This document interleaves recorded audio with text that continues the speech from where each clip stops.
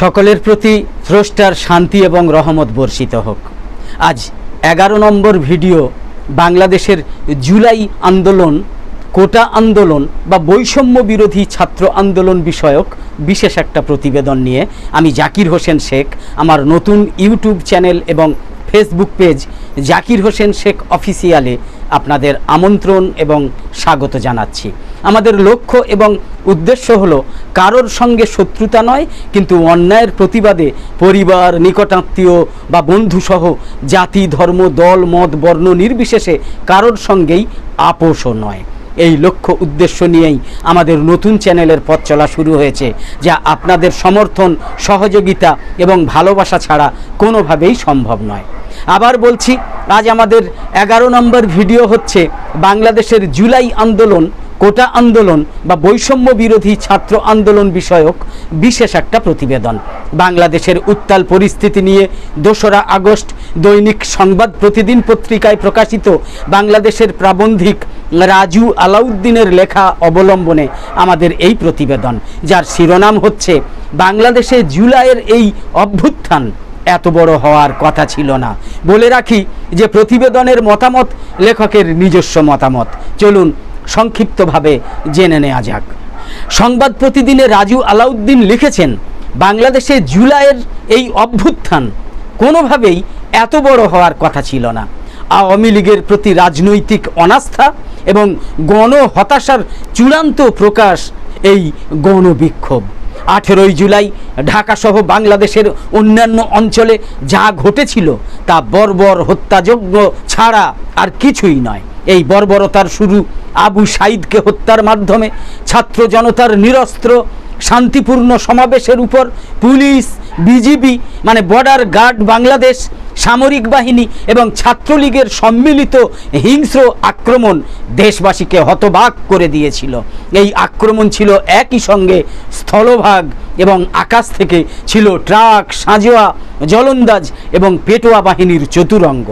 18ই জুলাই দেশকে ব্ল্যাকআউটে ফেলে জনতার উপর এই আগ্রাসনের সঙ্গে 26শে মার্চ রাতে পাকিস্তানি সেনাবাহিনীর আক্রমণের বিশেষ পার্থক্য ছিল না। 71 সালে আমরা আক্রান্ত হয়েছিলাম বিজাতীয় সেনাদের দ্বারা, আর 52 বছর পর স্বাধীন দেশের নাগরিকরা আক্রান্ত হয়েছে স্বজাতীয় শাসকদের দ্বারা। সরকারি হিসাবে মৃতের সংখ্যা এখনো পর্যন্ত 150। সংবাদপত্রের ভাষ্যমতে এই সংখ্যা 250-র উপর, মতান্তরে 300-রও অধিক। যে কোটা সংস্কার আন্দোলন বা বৈষম্য বিরোধী ছাত্র আন্দোলন নিয়ে এই হত্যাযজ্ঞ, সরকার আন্তরিক হলে শত শত মৃত্যুর এই বেদনাদায়ক ঘটনা এড়ানো যেত। 2018 সালের পর এবার ছাত্ররা কোটা সংস্কারের কথা বলে আসছিল 1 জুলাই থেকে, কিন্তু সরকার গা করেনি। তারা সম্ভবত কল্পনাও করতে পারেনি যে আন্দোলনটা এতদূর বিস্তৃত হবে। এরই মধ্যে এতগুলো হত্যাকাণ্ডের পর বাংলাদেশের প্রধানমন্ত্রী শেখ হাসিনা যখন জাতির উদ্দেশ্যে 17 তারিখে ভাষণ দিলেন, তখনও যদি আন্দোলনরত ছাত্রছাত্রীদের সঙ্গে আলোচনায় বসতেন, তাহলে 17 পরবর্তী অন্তত 200-র বেশি নিরীহ প্রাণ রক্ষা করা যেত। অথচ আন্দোলন যখন তীব্র থেকে তীব্রতর হয়ে উঠল, বাংলাদেশের আইনমন্ত্রী 18 তারিখে জানালেন শিক্ষার্থীদের আলোচনার প্রস্তাবকে স্বাগতম, আজকেই বসতে প্রস্তুত। ততক্ষণে ছাত্রছাত্রীরা তাদের সদিচ্ছার ব্যাপারে ঘোরতর সন্দিহান হয়ে উঠেছে, এবং তাদের সেই সন্দেহই সঠিক প্রমাণিত হলো যখন দেখা গেল একদিকে ওই ভাষণ এবং তড়িঘড়ি আলোচনার প্রস্তাব, আর অন্যদিকে ব্ল্যাকআউটের ব্যবস্থা করে মানুষ হত্যার লক্ষ্যে পুলিশ, বিজিবি, র্যাব মানে র্যাপিড অ্যাকশন ব্যাটালিয়ন, সামরিক বাহিনী এবং ছাত্রলীগের সম্মিলিত আক্রমণের পরিকল্পনা বাস্তবায়িত করার দ্বিচারিতা।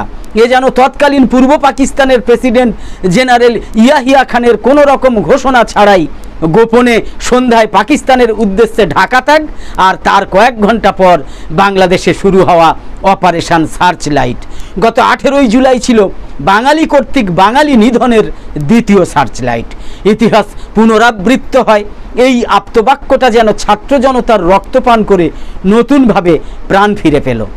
প্রথম কথা, এই ছাত্র আন্দোলন এত তীব্র এবং সর্বব্যাপী হয়ে উঠতে পেরেছিল কেন? এই প্রশ্নের উত্তর পেতে হলে কেবল কোটা সংস্কারকেই একমাত্র কারণ হিসাবে দেখলে আমরা ভুল করব। এরকম গণ অভ্যুত্থান এই ভূখণ্ডে এর আগেও হয়েছিল। প্রথমে 52-র ভাষা আন্দোলনে, পরে 69-এ, 71-এ এবং স্বাধীনতা উত্তর এরশাদ বিরোধী আন্দোলন ঘটে।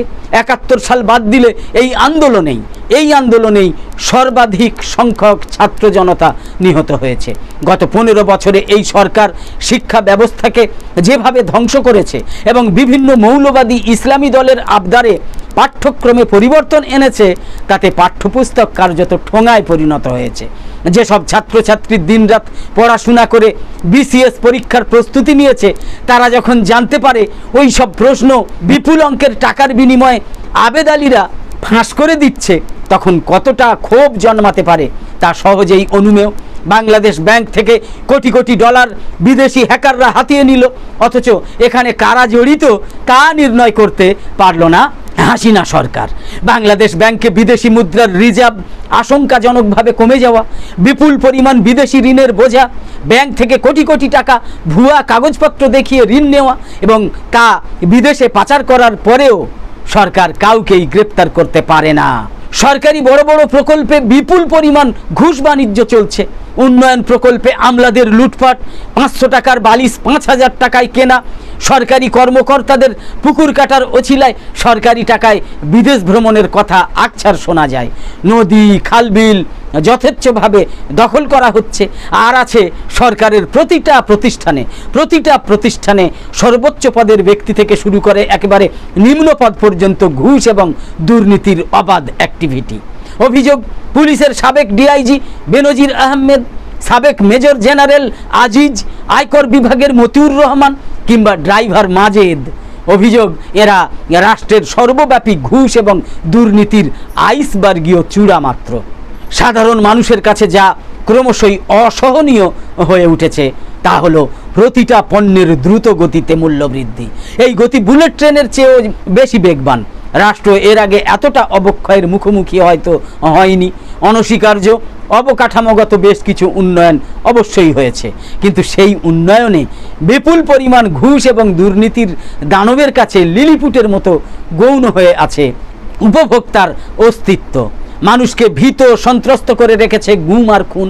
রাস্তায় হাটে বাজারে ক্ষমতাসীন দল এবং পুলিশের যৌথ চাঁদাবাজি মানুষের জীবনকে কতটা অতিষ্ঠ করে তুলেছে সরকারের শীর্ষ ব্যক্তিরা তা জানলেও প্রতিকারের ব্যাপারে উদাসীন। আওয়ামী লীগের শাসনামলে সবচেয়ে বড় যে পরিবর্তনটা হয়েছে তা হলো এই স্বাধীন রাষ্ট্রের প্রতিষ্ঠাতা বঙ্গবন্ধু শেখ মুজিবুর রহমানের আদর্শের একেবারেই পরিপন্থী। সমাজতন্ত্রী দেশগুলোর ক্রমশই মার্কস, এঙ্গেলস এবং লেনিনের কল্পরাজ্য থেকে সরে যাওয়া প্রসঙ্গে মেক্সিকোর লেখক অক্টাভিও পাস যে কথাগুলো বলেছিলেন, সেই কথাগুলোই যেন বাংলাদেশের বর্তমান পরিণতির বেলাতেও একেবারে প্রাসঙ্গিক। শেখ মুজিব যদি ফিরে আসতেন তাহলে কি প্রসন্ন হতেন? মানুষকে ধর্ম, রাষ্ট্র এবং কর্তৃত্ব থেকে মুক্ত করার পরিবর্তে অধীন করছেন কারা? বাংলাদেশে বঙ্গবন্ধুর বাঙালি জাতীয়তাবাদের জায়গায় ঢুকেছে মুসলিম জাতীয়তাবাদ। গণতন্ত্রের জায়গা দখল করেছে স্বৈরতন্ত্র। সমাজতন্ত্রের জায়গা দখল করেছে কর্পোরেট গোষ্ঠীর সংকীর্ণ স্বার্থবাদ। আর ধর্মনিরপেক্ষতার জায়গায় ইসলামী জজবা। আওয়ামী লীগ যে মুক্তিযুদ্ধের চেতনার কথা বলছে, কোথায় সেই চেতনার বাস্তবায়ন? বিপুল সংখ্যক মসজিদ মাদ্রাসার দেশে 560টা মডেল মসজিদ বানিয়ে আওয়ামী লীগ কোন চেতনার বাস্তবায়ন করছে? অথচ রাষ্ট্রের কাজ কি ধর্মের পৃষ্ঠপোষকতা করা? আওয়ামী লীগ দেশ স্বাধীন করার সময় ধর্মনিরপেক্ষতাকেই মূল মন্ত্র হিসাবে নিয়েছিল। এরশাদ বিরোধী আন্দোলনে জামায়াত, বিএনপি এবং আওয়ামী লীগ একাত্ম হয়েছিল। দ্বিতীয়বার তত্ত্বাবধায়ক সরকার ব্যবস্থা প্রবর্তনের জন্য 1994 সালে বিএনপির বিরুদ্ধে আওয়ামী লীগ জামায়াতে ইসলামীকে রীতিমতো আন্দোলনের সঙ্গী করেছিল। জামায়াতে ইসলামীরা কি তখন রাজাকার ছিল না? আওয়ামী লীগের ভাষায় যে এরশাদ ছিল তখন স্বৈরাচারী, তাকে কি বর্তমানে প্রধানমন্ত্রীর বিশেষ দূত পর্যন্ত বানানো হয়নি? জনগণ কি করে ভুলবে যে এই স্বৈরাচারীরই পৃষ্ঠপোষকতা করেছিল আওয়ামী লীগ সরকার? বাঙালি এবং বাউল সংস্কৃতিকে সংকুচিত করা হয়েছে আওয়ামী লীগ আমলেই সবচেয়ে বেশি। কেন পহেলা বৈশাখ উদযাপনের সময়সীমা নিরাপত্তার অজুহাতে নিরাপত্তা বাহিনী নির্ধারণ করে দিচ্ছে? কেন একের পর এক বাউল নানাভাবে মৌলবাদীদের হামলা এবং হেনস্থার শিকার হন? এসবই কি মুক্তিযুদ্ধের চেতনা বাস্তবায়নের অংশ? এমনকি পরিসংখ্যান বলছে এক সময়ের ভোট ব্যাংক হিসাবে পরিচিত হিন্দুদের উপর নিপীড়ন এবং জমি দখল গত 15 বছরে আওয়ামী লীগ সরকারের আমলেই সবচেয়ে বেশি হয়েছে। কমতে কমতে 5%-ও নিচে নেমে আসায় হিন্দুরা এখন আর গুরুত্বপূর্ণ ভোট ব্যাংক নয় এবং সুষ্ঠু ভোট ব্যবস্থা না থাকায় খোদ ভোট ব্যাংকের হিসাবও গুরুত্বহীন। অতএব তাদের উপর নিপীড়নে আওয়ামী লীগের কী বা আসে যায়? অভিযোগ উঠছে এই দেশের সমাজ এবং সংস্কৃতিকে মৌলবাদের উপাদানে যতটা আচ্ছন্ন করা হয়েছে তার জন্য আওয়ামী লীগের অদূরদর্শী কর্মকাণ্ডই সবচেয়ে বেশি দায়ী। জুলাইয়ের এই অভ্যুত্থান কোনোভাবেই এত বড় হওয়ার কথা ছিল না। এতটা যে বড় হতে পারলো তার নেপথ্যে উপরুক্ত সব কারণই সমন্বিত হয়ে বিস্ফোরক রূপ ধারণ করেছে। আওয়ামী লীগের প্রতি রাজনৈতিক অনাস্থা এবং গণহতাশার চূড়ান্ত প্রকাশ এই গণবিক্ষোভ। আর আশ্চর্য এই যে প্রশাসনিক প্রধান মুখে যদিও বারবার বলেছেন দুর্নীতি তিনি মোটেই সহ্য করবেন না, কিন্তু দুর্ভাগ্যজনক যে সরকারি বড় বড় দুর্নীতিবাদ চাকুরিরত অবস্থায় গোয়েন্দা বিভাগকে কাঁচকলা দেখিয়ে সম্পদের পাহাড় গড়ে তুলেছে।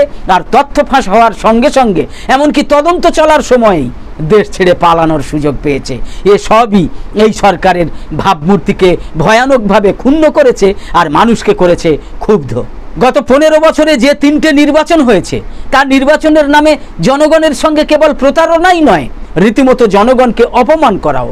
মানুষকে ভোটের অধিকার থেকে এইভাবে বঞ্চিত করে নির্বাচিত হওয়া যায় বশংবদ প্রশাসন এবং নিরাপত্তা বাহিনীর সহযোগিতায়। কিন্তু আওয়ামী লীগ যে গণবিচ্ছিন্নতার এই চর্চা করে, গণবিরাগভাজন হয়ে উঠেছে, সেটাকে তারা মোটেই গ্রাহ্য করেনি। জনসমর্থনের তোয়াক্কা না করে এই নিরন্তর ক্ষমতা আরোহণ তাদেরকে নিয়ে গিয়েছে অসহিষ্ণুতা এবং বেপরোয়ামির পরাকাষ্ঠায়। তার পরিণতিও আমরা দেখলাম। লিখেছেন বাংলাদেশের প্রাবন্ধিক রাজু আলাউদ্দিন, মতামত নিজস্ব। একদম শেষে বলি, আমাদের নতুন এই চ্যানেল জাকির হোসেন শেখ অফিসিয়ালে আঞ্চলিক, জাতীয় এবং আন্তর্জাতিক বিষয়ক যে কোনো খবরের মধ্যে খবর, পুঙ্খানুপুঙ্খ বিশ্লেষণাত্মক প্রতিবেদন, শিক্ষা, ভ্রমণ, খাওয়া দাওয়া, খেলা, ধর্ম, রাজনীতি, অশ্লীলতা বর্জিত বিনোদনমূলক সাংস্কৃতিক চর্চা, সাংস্কৃতিক অনুষ্ঠান ইত্যাদি নিয়ে নিয়মিত ভিডিও প্রকাশ এবং লাইভ সম্প্রচার করা হবে আশা করছি। জাকির হোসেন শেখ অফিসিয়ালের এইসব গুরুত্বপূর্ণ ভিডিওর বা লাইভ সম্প্রচারের নোটিফিকেশান পেতে ইউটিউবে সাবস্ক্রাইব এবং ফেসবুকে লাইক ও ফলো করে সাথে সাথে আমাদের আরও নতুন নতুন ভিডিও এবং লাইভ সম্প্রচারে উৎসাহিত করতে লাইক, কমেন্ট এবং শেয়ার করে Zakir Hossain Sheikh official YouTube channel আর ফেসবুক পেজের সঙ্গে থাকুন। তো আপাতত শেষ করছি, পরের পর্বে আবার দেখা হবে। সকলে খুব ভালো থাকুন, সুস্থ থাকুন, ধন্যবাদ।